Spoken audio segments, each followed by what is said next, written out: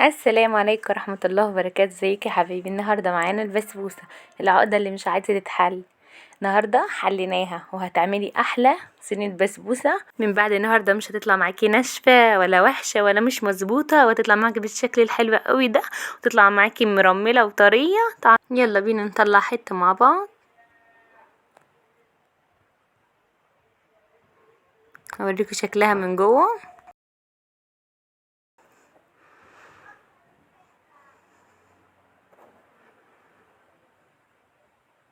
لونها طلعت مظبوطة قوي ومكرملة قوي. طلعت لكم حته، بصوا شكلها بسم الله ما شاء الله، حاجه كده زي العسل.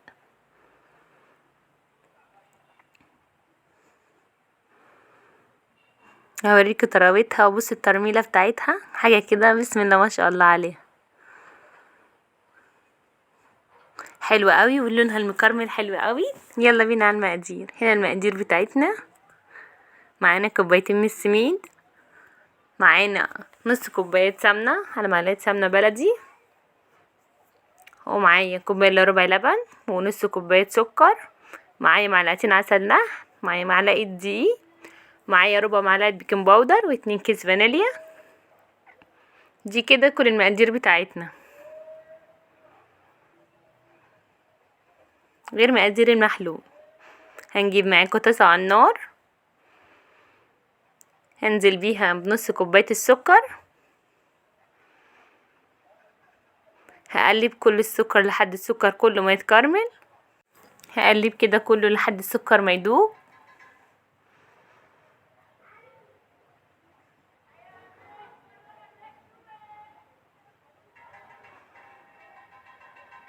نحاول ما نجيبش السكر على الاطراف، عشان اي سكر هيجي على الطرف بتاع الطاسة هيتحرق على طول.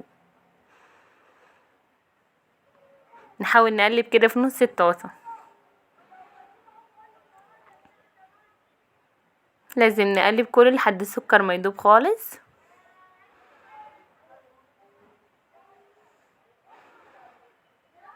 وهنا بعد السكر ما داب معانا ولونه كده بدأ يصفر شوية،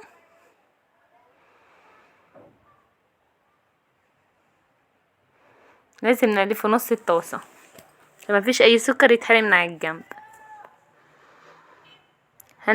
هنزل بكوبايه الا ربع لبن،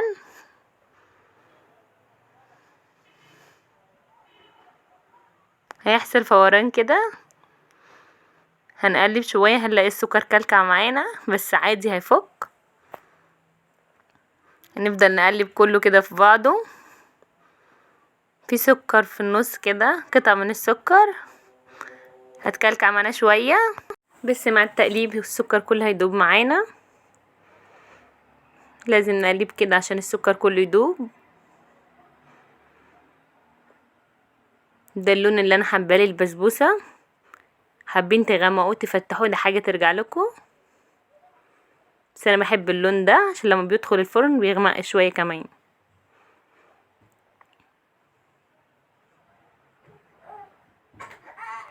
لازم نقلب، نفضل نقلب لحد ما السكر كله يدوب معانا.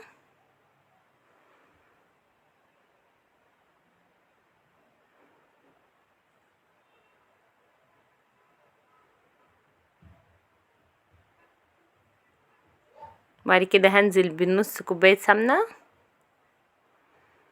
السمنه تخلي السكر كله يدوب بسرعه وتخلي الكراميل كله يفك. يعني ما تقلقوش من اي سكر بيكون موجود في الطاسه، لما نزلنا مع السمنه السكر كله هيدوب.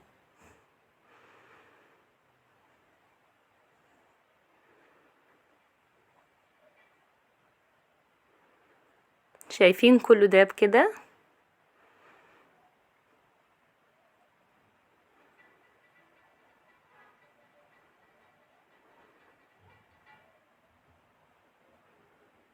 ده كده بعد ما دوبت السكر كله مع السمنه.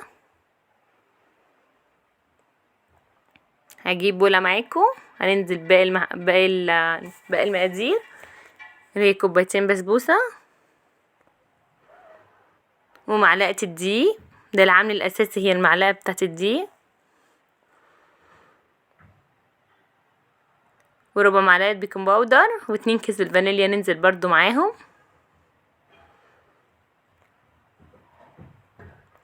هقلبهم الاول كويس عشان كلهم يتمزجوا مع بعض.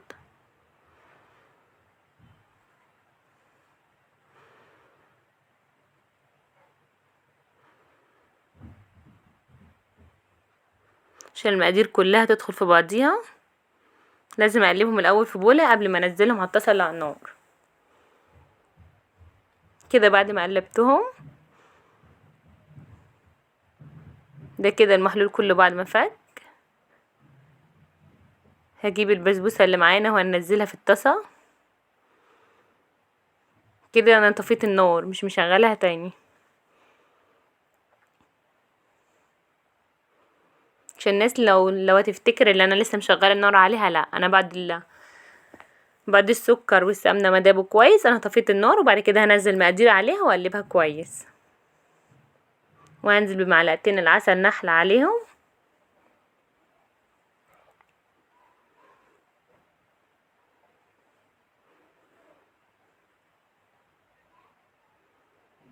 برضو معلقتين العسل نحل هيساعدوه ان البسبوسه كلها تتمسك في بعض.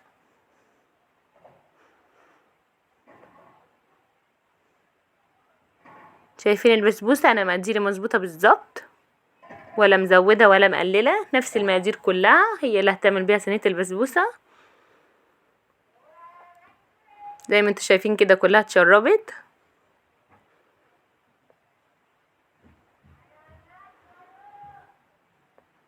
كده خلصتها معانا. جبت طاسه هنا بعد ما دهنتها سمنه وعفرتها بدقيق، هنزل بالبسبوسه كلها. انا هنا معايا الصينيه مع 26.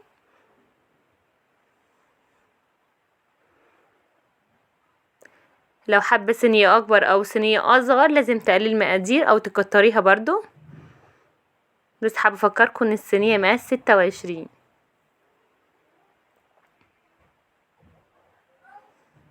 هسوي كده صينيه البسبوسه كلها قبل ما ادخلها الفرن، واسخن الفرن على درجه حراره 200 لمده ربع ساعه.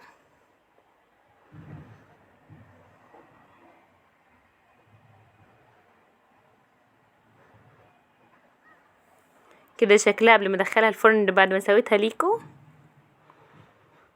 هجيب حله على النار، هنزل بكوبايه ميه، وهنزل بكوبايه سكر،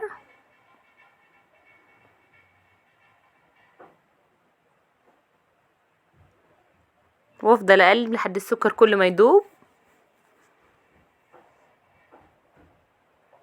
لازم السكر كله يدوب معانا.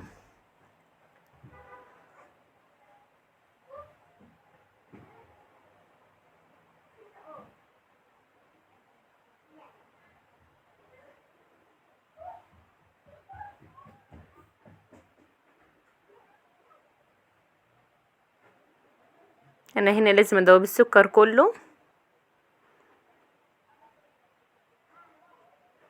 قبل ما اشغل النار، وبعد ما ادوب السكر كله بعد كده هشغل النار على الحله على الشربات. لازم السكر كله يدوب.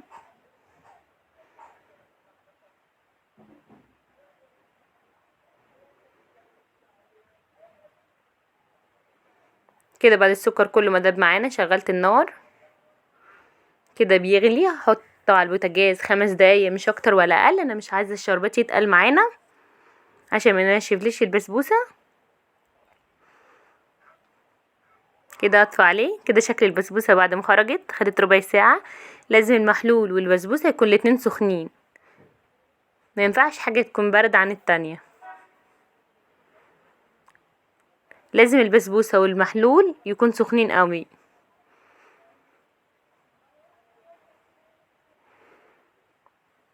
بصوا كده شكلها، ده اللون المطلوب اللي انا بحبه.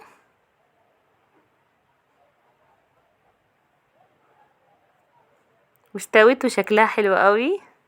ولا ريحتها كمان. تعالوا نطلع حتة مع بعض اوريكم شكلها من جوه عامل ازاي.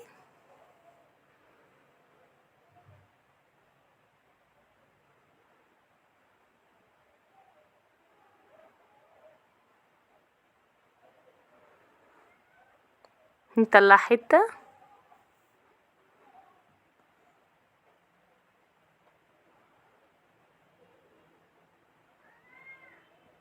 دي الطاسة ال26 طالعة مظبوطة قوي. اوريكم شكل البسبوسة من جوه ولا ترميلتها.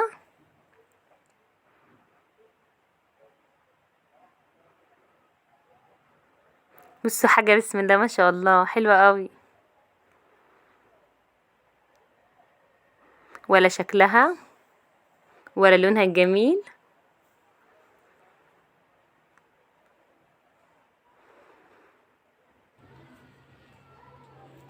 ولا ترميلتها،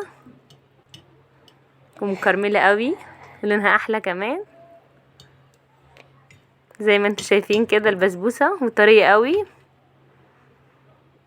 حاجة كده خيال. جربوها وقولوا لي رأيكم. ده كده شكلها النهائي. يا رب يكون عجبتكم الفيديو النهارده، يكون عجبكم. ما تنسوش تشتركوا في القناه وتحطوا لي اللايكات. وحابين اعمل لكم ايه تاني، واشوفكم ان شاء الله في فيديو جديد.